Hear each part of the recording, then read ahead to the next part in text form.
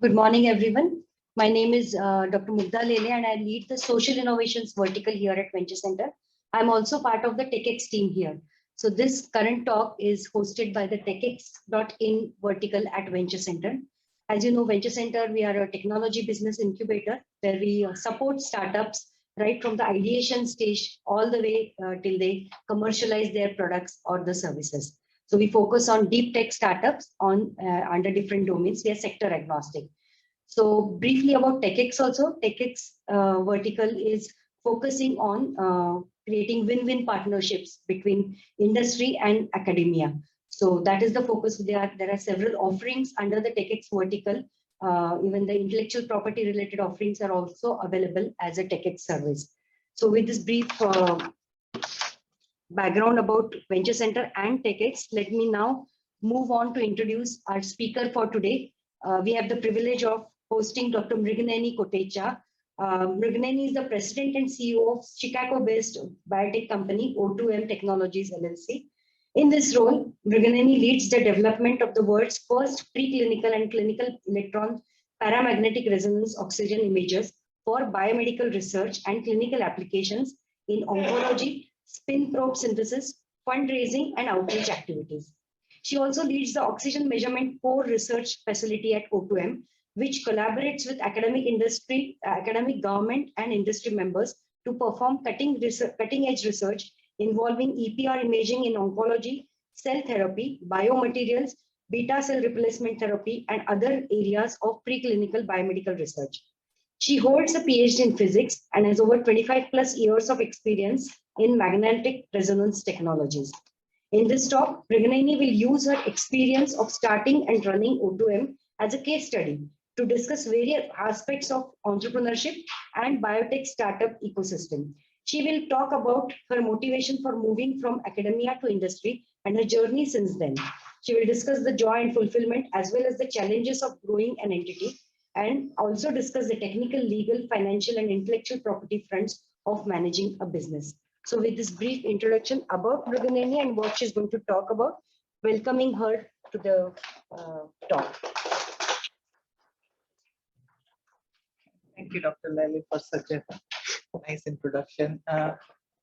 We are a startup. It's not like we have made it there yet, but I just want to tell how we approached the problem, what was the issue, why we decided that startup is the way to go instead of keeping the academic side of the technical side. Also, I think some things which I learned in US might be useful to bring it here. So I add some slides about that, and I also added some of those TED Talk kind of motivational things that we don't give up kind of slides. Those are important as well. Doesn't matter how many times they get repeated, they are always important. And this talk is not technical.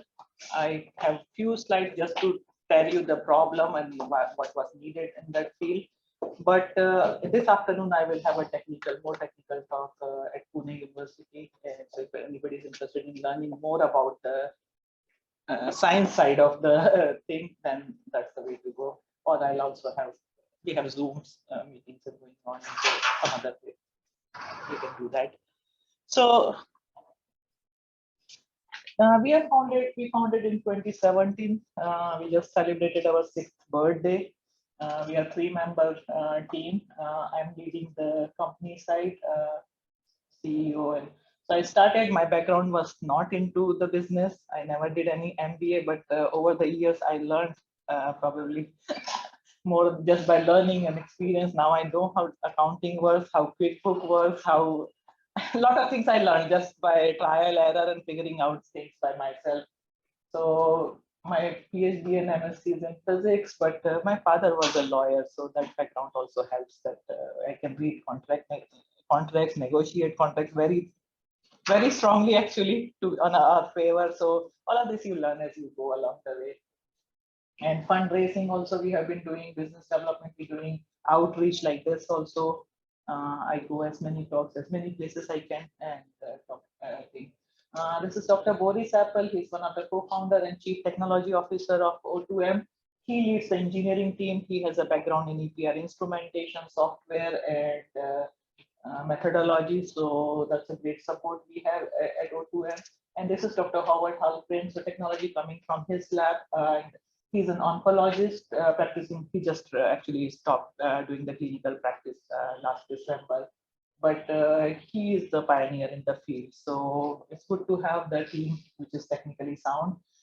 This is just to show that this is the oxygen transport issue, the book they wrote. And this is my background, MRI tissue engineering, and I moved from MRI to EPRI because I saw the possibility and opportunities there, and I was bored in MRI. So 2019 Nobel Prize actually highlights why oxygen is important. It was given to 3 scientists, how cells adapt to oxygen, and that shows that if oxygen is if cells go through hypoxia, they have different reaction, and if the cells have available oxygen, their reaction is different. So that brings the highlights and attention to oxygen. This is major motivation of the technology development. Last 20 years, the cancer is the second largest cause of mortality in US. I don't know the Indian number, but it's a big problem. And about 40% of men and women will likely be diagnosed with cancer. And this is a big number. 40% is 1 in 2 almost will have some kind of cancer in their life. Most of the cancers are still treated with radiation therapy because there is no way. You want to kill the cancer cells. Okay. And currently, at least in US, image guided radiation therapy, where you contour the tumor and try to give the maximum dose in the area of cancer. Okay, and I believe there are few IMRT. I had some well statistics in India as well. This is a growing field. Radiation therapy is problematic for many reasons. It causes multi-organ injury because it's actually damaging. Even if the cancer is inside the body, radiation has to pass through the entire body, and it will get absorbed. It will damage the healthy cells also. We don't want to kill the healthy cells, but we cannot avoid it. And there are a lot of side effects of radiation therapy: nausea, vomiting, and so on and so forth.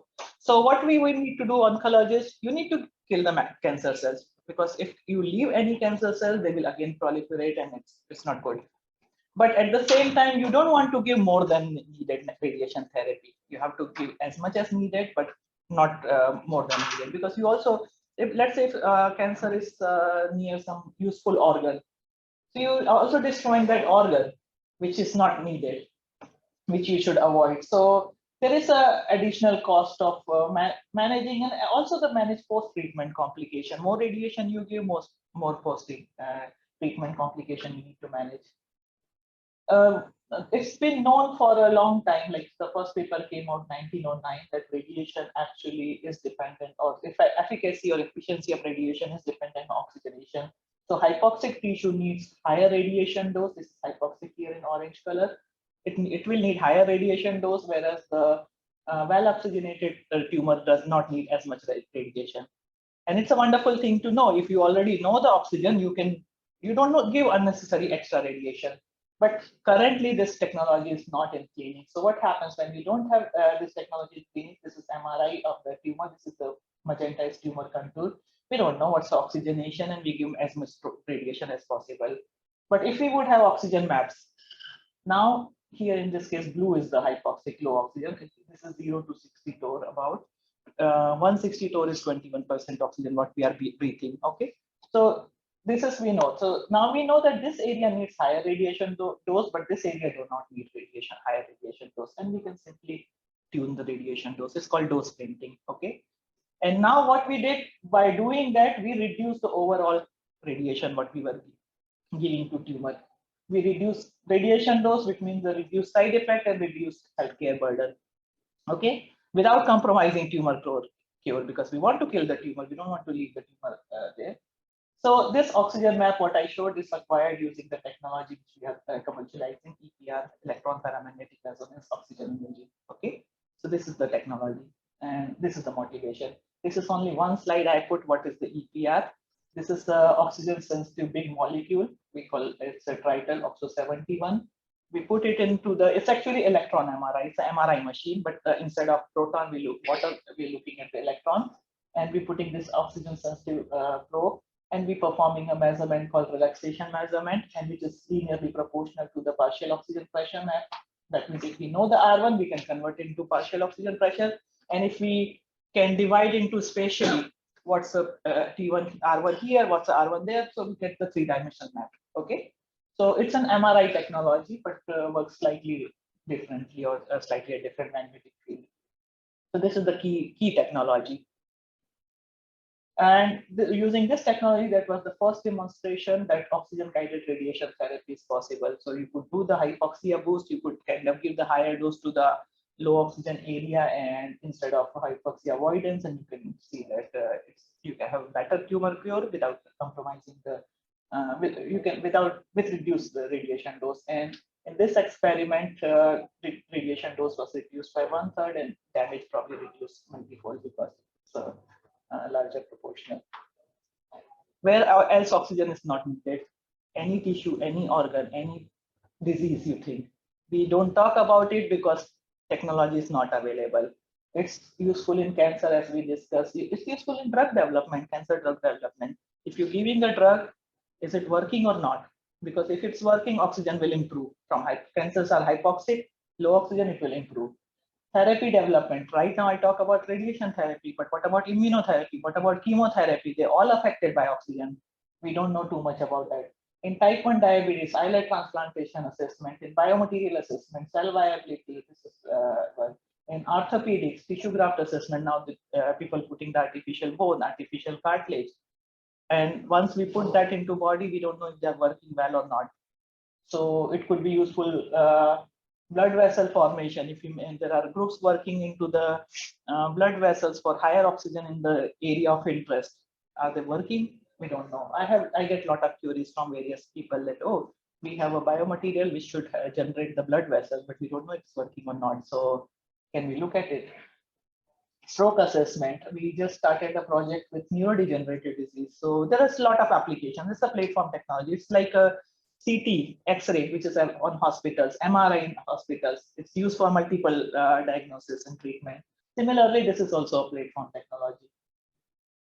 It's a direct and precise and fast compared to, so you need to know the landscape, competitive landscape. So what else is out there? So currently people use PET, positron emission tomography, for hypoxia marker. It's a hypoxia marker. It checks the hypoxia and lights up. It takes 2 to 3 hours of uptake of radio tracer. It's currently integrated in clinical flow, but its performance in clinics has been poor. They try to correlate with hypoxia. It's not very good. Whereas the EPRI is direct, but we are not in clinics yet. So now we know the case. Do we have a case for startup? Is it enough? I know that there is need. I know there is a technology. Do we have enough case for that? If I need to bring the instrument, do I have engineering support? Do I have software? We need what we do. What do we need? We need an instrument, good enough, compact, so I can bring it to the labs. Robust, that means it performs as in my lab as it's in your lab. If I bring it in Pune, it should perform as it should be. Okay, so that's very important. In academic lab, we can do experiment, publish, and after that it's over. But when I'm running a company, I have to have product which is robust and reproducible everywhere. And then I need software expertise. I don't want people to worry about magnetic resonance. I want to have the simple software which people can press button without worrying about EPR or relaxation rate or everything else. They should be able to get the map they need, because I want this instrument to go to biologists, to the cancer people, to the type 1 diabetes people. I don't want them to worry about magnetic resonance. So software, do we have software? It needs a contrast agent. That means I need a chemistry. It's not easily available. And so we slowly solve all this problem. Do I have the IP to protect so nobody else can take the technology? And how to fund this, all of that? Non-dilutive, dilutive funding. So again, do we have, what are the challenges or what are the opportunities here? I know there is a strong need. There is no preclinical or clinical commercially available instrument. That means there is a need for that. It's not possible to scale the technology in academic route. You do project, you research, you publish, and you move on. You cannot, if we want technology to be useful out in the world, commercialization is the only way. We cannot do it in academic way. We had the possibility of acquiring non-dilutive funding, and this is called Small Business Innovation Research Grant in the US, also STTR, Business Technology Transfer Grant.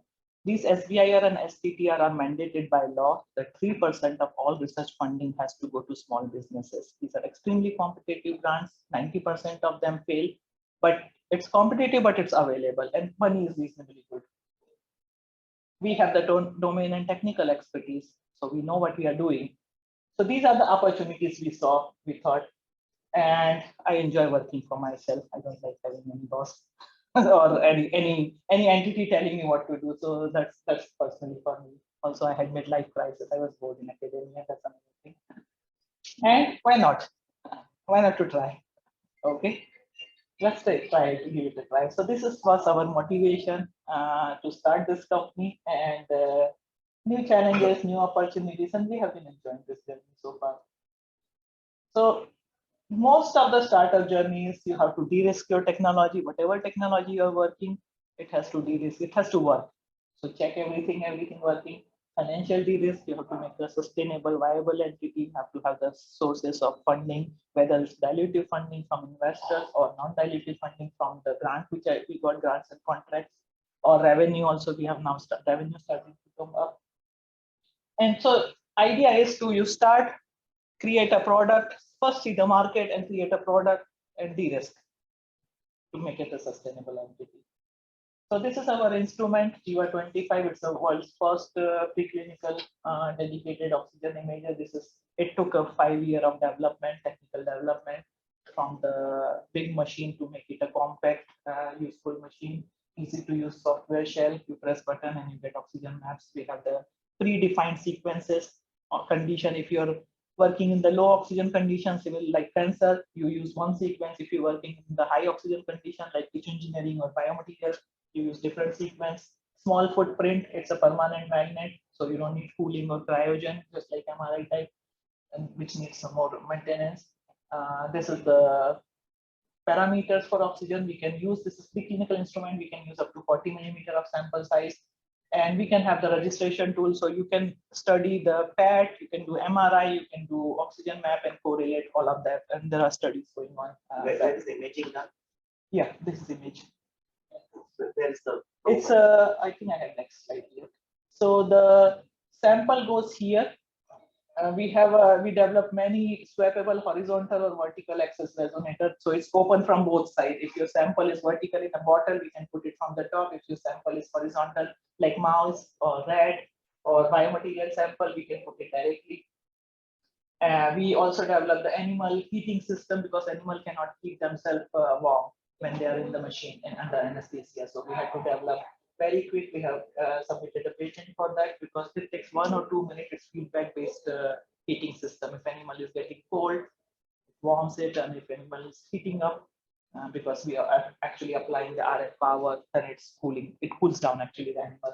We also develop the calibration phantom. So you have to have the entire system to make things work.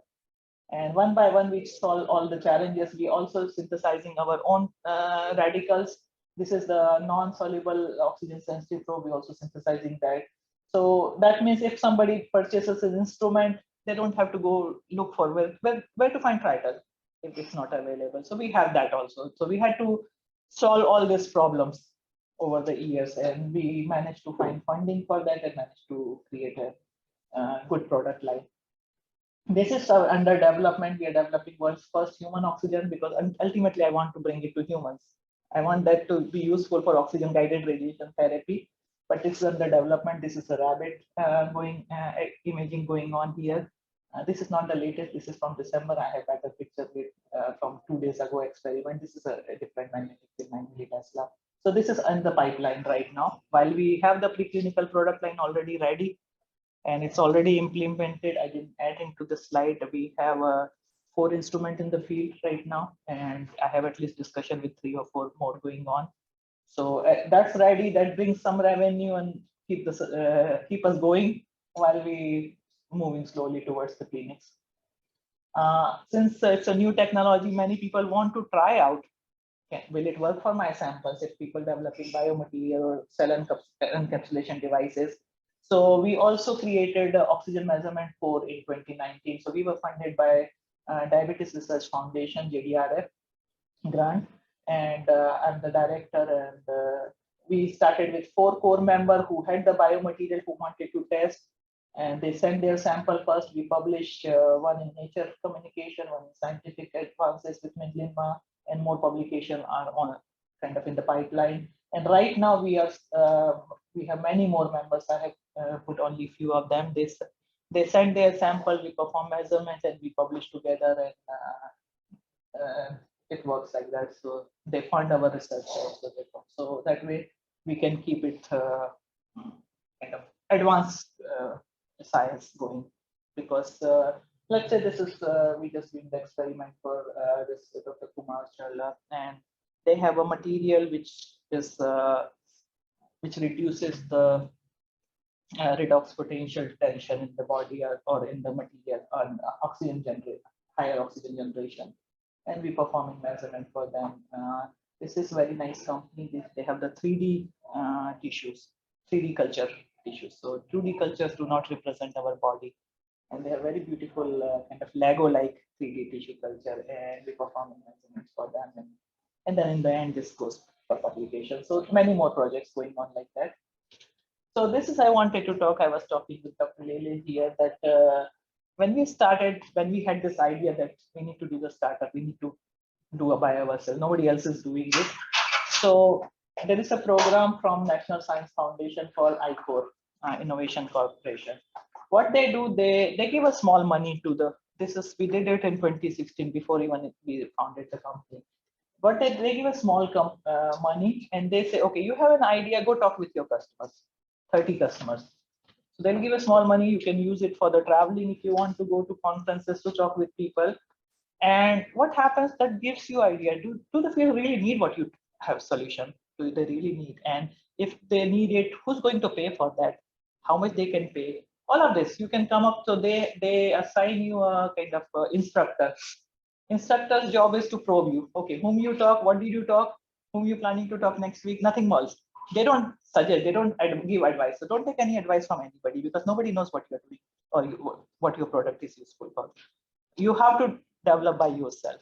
But what it helps that you go and talk with people, go to conferences. Let's say you're developing some product, you have some idea. So this venture center can give you money, go to conferences, meet with people, and see if somebody needs it in the market. Who's going to pay? Who's the decision maker? So if I have a hospital instrument, clinical instrument, who are the decision maker? Typically not the doctors. Okay, doctors may use it, but there are hospital administrators, they are deciding. So you need to know, like, and what's their constraint? They already cramped with the space. They don't have space for another instrument. That means your instrument needs to be compact. Okay. You need to have small, because they are cramped. What's their budget constraint? How they will, you have to show that this product is useful for them, how it will get into the clinical flow. Do doctors want another imaging modality? This the patient is frail, he's sick. Unless it's really useful, doctor will not send it for another imaging modality. So all this question, this is I'm talking about our case, but in your case, whatever product you are developing, go and talk. This will give you a lot of clarity. It gave us a lot of clarity. That's why we decided. So right now I showed you the clinical instrument. That's not the product. I'm looking to make it compact and small. I don't want this 2-ton machine. I think it will be very hard for us to. So this is first just to show that it works. 9 milliliter Tesla instrument. I can get the deep body imaging. But as a product, we will move forward and try to simplify everything, try to reduce the footprint, and try to make it more efficient. But this is how it goes. So you have to go and talk. There is no other way to learn about whatever product you are developing. Find the customer, either by phone, either by conferences, either visit them. So it's very small money, you don't need much, but that gives a lot of clarification. And this was very useful for us in the beginning. And I would suggest Dr. Premnath that find something like that. A startup journey takes a village. You cannot do it alone. You need a lot of help from everybody. And it's okay to take help. It's okay to ask for help. Okay, it's like growing a child. Lots of ups and downs and never too boring. Get all the help you can. Don't be shy in asking. Be a little bit shameless. Just go and ask. Okay. So get all the help you need. You need it. It's not simple. Keep focus. Whatever is your focus. Sometimes people will suggest, oh, you should do this, you should do that. You know what you need to do. So ignore unnecessary advices. Keep focus what you need to do. Importance of talking to customer early. Don't wait. Even before you have the company, go talk with customers. It never hurts. Even I would suggest better to talk with customer than investors in the beginning. At least it will give you clear idea what your product is and what's needed. So investors are okay to give you money, but I think customers are the ultimate proof that your thing, whatever product you have, is useful. We are never too young or too old to do this. Okay. Whenever you think it's right time, it's right time. Okay. Never think that, oh, I cannot do this. Go for it. How to get noticed? Because world is full of, there are so many things going on. So you need to find a way how to get noticed yourself, how your product is innovative. So it's very important to get noticed. It's important to have attraction in the field. And I didn't want to talk too much about disadvantages. We all know we live in the male-dominated society, and there are a lot of challenges of being a female founder, but there are certain advantages as well. We are multitaskers. Startup means multitasking. You have to manage 100 different things at the same time, and we are good at it. It's known, at least in US, there is a kind of data report that female founders don't get investors' money. They have get 3%, 5%, whatever. That means you reach to customer much earlier. So companies with female founders start getting revenue much faster than because they don't have money to waste for figuring things out. So there are certain advantages. So use it to your benefit. I know there are challenges. I don't want to get into deep into that. I deal with a lot of sexism and all of that, but that's okay. Let's focus on positive. Know your market. Who are your customers? We talk about that. What's their pain point? What they need? How they're solving the problem currently. So if I'm talking about oxygen emitter, what they're doing right now? They have PET, which is not good. They have a oxygen sensor, this point sensor. In 3-dimensional tissue, point sensor is useless.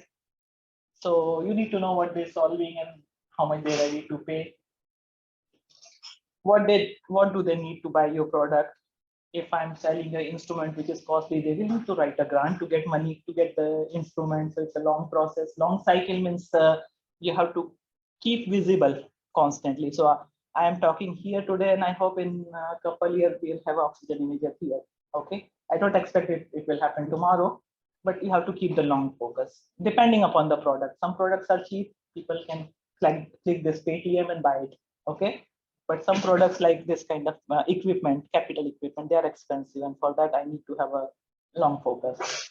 I don't expect that people will buy today, but I know there is a value in this, and it will have its place. Know your competition. It's very important. Keep your friends closer, but keep your enemies even closer. You need to know what's out there and how you can beat them. Okay, recipe for sustaining in a competitive environment. We all know what we need here. Risk tolerance is it's a lot of risk, but you need to have this tolerance. It's calculated risk. So today we are doing this, it will impact tomorrow like this. Vision, very important. What's your long-term vision? What you want to do? Why you doing it? If you don't have passion, don't get into that, because it's not going to, it's a marathon, it's not a sprint. It's going to take a long time, and you need to have passion for it. Then only you can sustain. Adaptability. If one product is not working, can you do something else out of that? I know a company, they had a product for cancer diagnosis. It was showing well in preclinical trial. Phase 1 worked okay, in phase 2 it failed.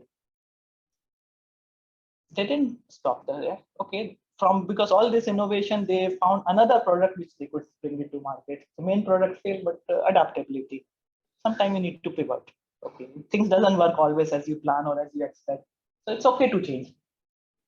Don't get stuck into the idea that I will make only this product. This is my kind of life of me. If it works, it works. It doesn't work. So in summary, this is I actually copied from LinkedIn somewhere, and I thought it's important for the startup.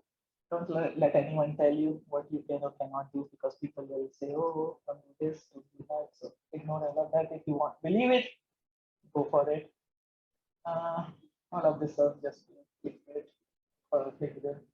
And let's normalize women CEO and founders. Let's have more of them. And this is, I don't know if it will play. If otherwise, you can look life lessons from Mr. Bean in YouTube.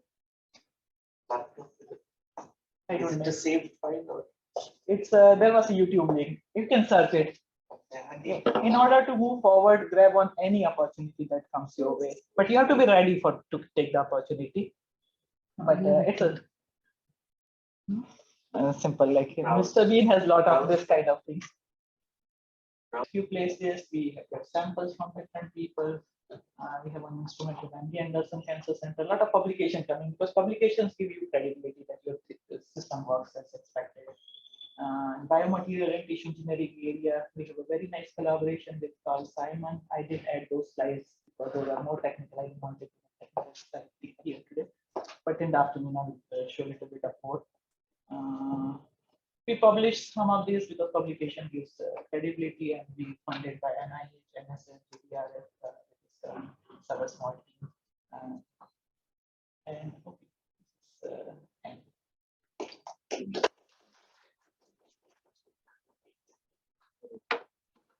sorry, that mic is here, so you'll have to come here. Questions?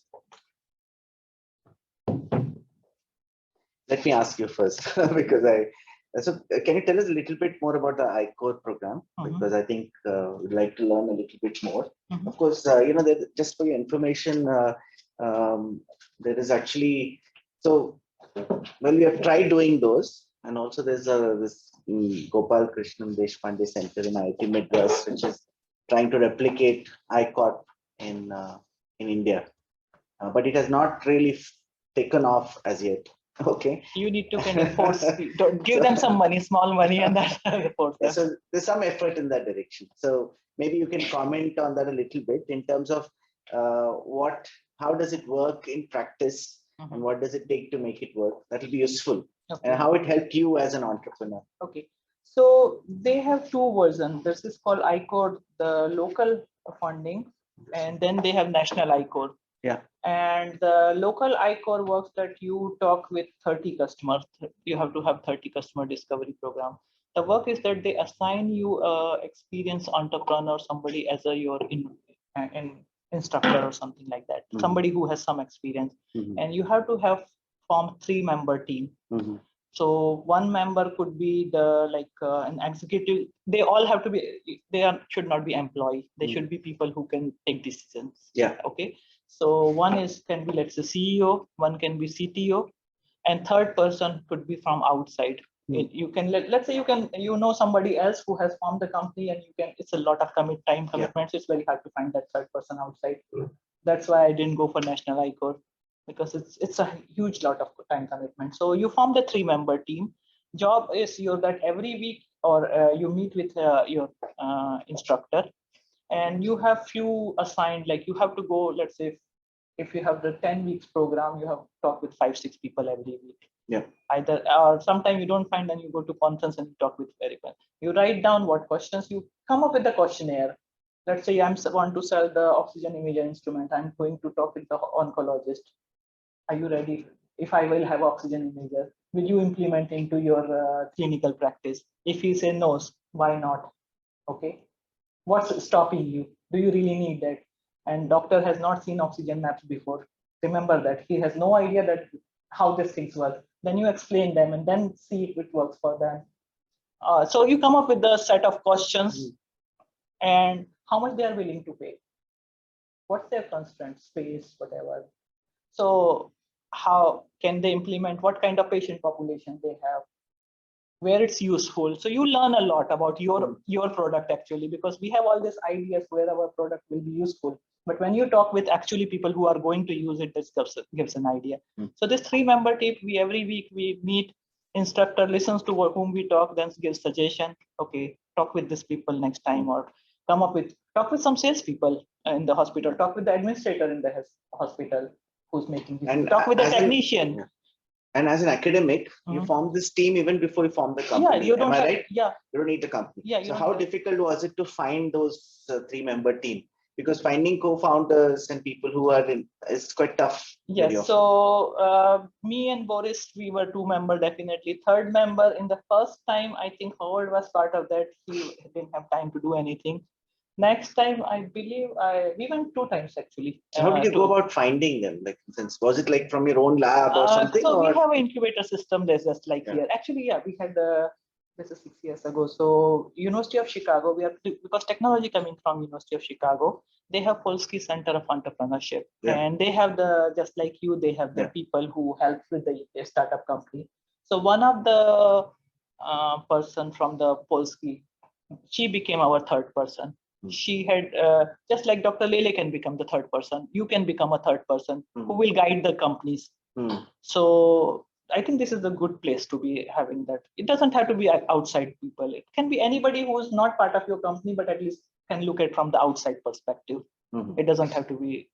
And you do this 10 weeks and then you present. How many people you talk? What did you learn? What worked? What did not work? Some people stop it there. Some people realize that, okay, this is not for them. Because in the end, you have a product, you have a company, you need to go to talk with customer. And for academics, it's very hard. So sometimes people stop at there when they do this 10 weeks. So what advantage is that they did not waste their time. They did not waste money, investors' money or any other money. And they realize that this is not for them. So there are a lot of advantage. And then they have National ICOR where you talk with 100 customers. They give $50,000 to do that, 55,000 to talk with 100 customers. We never did it. And the use case discovery. So for example, see, working in MRI and EPR and all of these, you tend to think of them as large instruments, very high capex and so on. How did you go about discovering the use case and what would fly?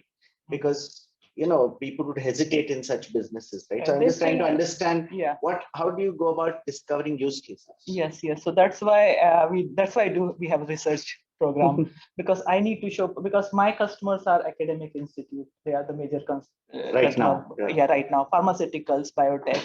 I need to show that it works. So more publication we have more. So I partner with industry and academic partners, and I give technical talks in scientific meetings, just like I coming from an MRS meeting, because that helps me explain, because they understand. I can talk their language and they understand. So if my market would be something else, I would have to talk their language. You have to know your customer. That's the thing. Learn to talk their language, what they understand, what they not. So let me just move to some comments. Would you want to read it out, or so of course somebody the comments and questions. I'll just take some of them.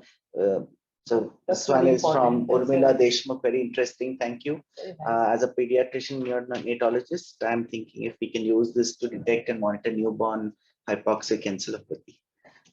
That's really interesting, Urmila. I would suggest let's talk offline from this.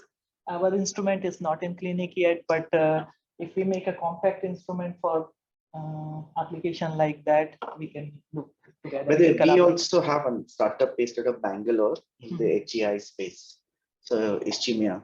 So maybe we should connect that as well. That's quite. So I would be really interested in talking offline. Sure. So that can be taken up as a separate discussion, probably. Dr. Badalkar has commented on. Basically, not only is a journey interesting as a policy planner and designer of various public, he is a policy planner, by the way. I also find schemes like ICOPS interesting and helpful. So ICOPS, of course, it takes some effort to sort of implement it as well. So that's a key. But the value, I believe the value of that program is extremely high. Before you start journey, going in down, and few years later, you realize, oh, this is not something I want to do. It gives you insight very early. So I see it has really very high value compared to what you invest into that program. And it forces people to think like a company, because if we have academic background, we don't think like a product and market and all of that. That they force you. to do that? What's your market size? What's what they call the available market? Yeah, so all of these things I didn't know. I'm from academic background, but that forced me to think in that terms. And how are you reaching that? How are you reaching to it? Any questions? Yeah. Speak in the mic. Yeah. Thank you, ma'am. It's a very interesting topic. So, ma'am, would you like to brief on EPR technology in the mechanism for other diseases? Like you mentioned the technology for cancer itself, but you mentioned in your slides diabetes and other. Yeah, I think I gave the different presentation earlier one. So what happens in type 1? I'll just fill in the words. So type 1 diabetes is an autoimmune disease, okay? And what happens for diabetic patient, I'm talking only about type 1. So here the body's immune system destroys insulin generating cells, okay? So that means this patient cannot produce their own insulin. So currently what happens, they constantly check insulin, either they have insulin pump, which constantly look at blood glucose and inject insulin as needed, okay? But can we cure the disease? Can we give the insulin generating cells to the body? And then, because they are automatic, they will see the glucose and they will generate insulin. And those are islet cells. But problem is islets are highly sensitive to oxygen. Hypoxia is damaging and hyperoxia damaging. So there are groups. I thought I had a slide. I can open my computer and show some of the data from there. So there are groups which are developing oxygen generating. They're supplying oxygen from outside, or they have something like calcium some peroxide which generates oxygen. So they're making these islet encapsulation devices with oxygen. Some groups use the 3D printer and have the channel so that this will bring oxygen from outside. But problem is, without measurement, you don't know what's working and what's not. So the whole field is kind of you're like throwing dart in the dark. Like you don't know. You're trying some things and you don't know it's working, or like you can few months later you can see that okay, it works in mice, it works in probably little larger, and then it fails. So idea is that you start measuring oxygen, you start doing. So we have published some work and we have more coming. So we start doing the oxygen measurement of these devices early on, in vitro and in vivo. So if group needs to change their strategy, we modify their design, they can do that. So we give this a quality control tool we are using. Ma'am, congratulations for the prototype. But did any implementation in labs it happens yet, or the like there are some few limitations with the product itself? Would you like to mention? So I think question is, have you sold any yet? Yes, Yeah. yes, we have sold, and we have few in the discussion. We have sold. So right now there are 4 labs have this Jiva instrument, and we have few more under discussion. I think as an entrepreneur, she's used to handling tough questions. So you can ask her those. Yeah, feel free to ask whatever. Ashish, yeah, your question. Thank you, ma'am, for the wonderful job. I want to ask, I'll go on to the past, like when did you thought this idea? And you have to pitch in some front of this, like you have to start and oxygen. So how did you pitch for your co-founder? Like I have an idea. So we started collaborating. We actually published before we actually found the company, and they were working on cancer. And I said, I was working in tissue engineering. I said, I don't know about cancer, but I definitely know that this is needed in tissue engineering field. If you making the osteochondral tissue, artificial tissue, bone and artificial cartilage. Okay, chondrocyte, which are your cartilage cells, they need hypoxia. They are avascular.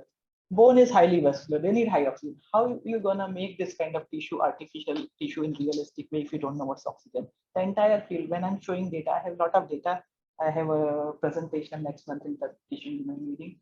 People sometimes, oh, I never thought. They put cells at various density without realizing how tough it's oxygen, the whole field. So suddenly people, we are showing data and they say, oh, we never thought that if I'm putting 100,000 cells, it's basically I'm subjecting cells to hypoxia. So that was the idea. So I said, we have 2 market. Cancer, definitely, you're doing oxygen guided radiation therapy, and I know tissue engineering, I need it. That's sufficient to, and I know that they had the expertise to make the instrument, software, all of that.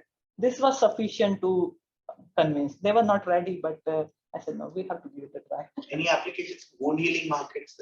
Yes, wound healing is also one of the key area. For that, instead of soluble probe, we can put the insoluble particulate probe, which is oxygen sensitive. There are few publications, and we have few discussion going on with few people to apply. Does this distinguish between the radical oxygen as well as the O2 as such? When you are talking. That's a good idea. So oxygen itself is a paramagnetic molecule, but problem is it relaxes too fast. So we cannot sleep using our instrument. If you want an image, you excite, you have signal, and you want signal to stay a little bit. And oxygen itself, or O2 molecule, it relaxes at the picosecond range. That I cannot image. But I have this another radical, which also paramagnetic, but which interacts with oxygen.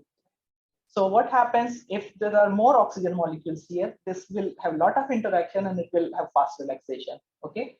If there are fewer oxygen molecules, it will have much smaller chances of colliding with another oxygen, and it will relaxation will be slow. So instead of looking at oxygen directly, I can look indirectly. So that's what we do. Ma'am, Sorry, let him just finish one. yeah, there was a COVID outbreak and there was everyone like checking the oxygen levels. So I want to try to check this instrument in the COVID. They were like imaging the oxygen rather than checking the levels. I wish we could, but at that time we're still not in the clinics, and we scaling up to millions and billions of people. We are Like we not started there. demonstrating in front of some. Yeah, we are not there yet. Yeah. Also, if there is a cheap technology available which gives you initial answer. Thus, imaging has its own limitation. Molecular imaging, whether it's MRI and CT, MRI would have been very good to see the lung and CT and all, but we don't send all patients to CT. We send only because resources are limited.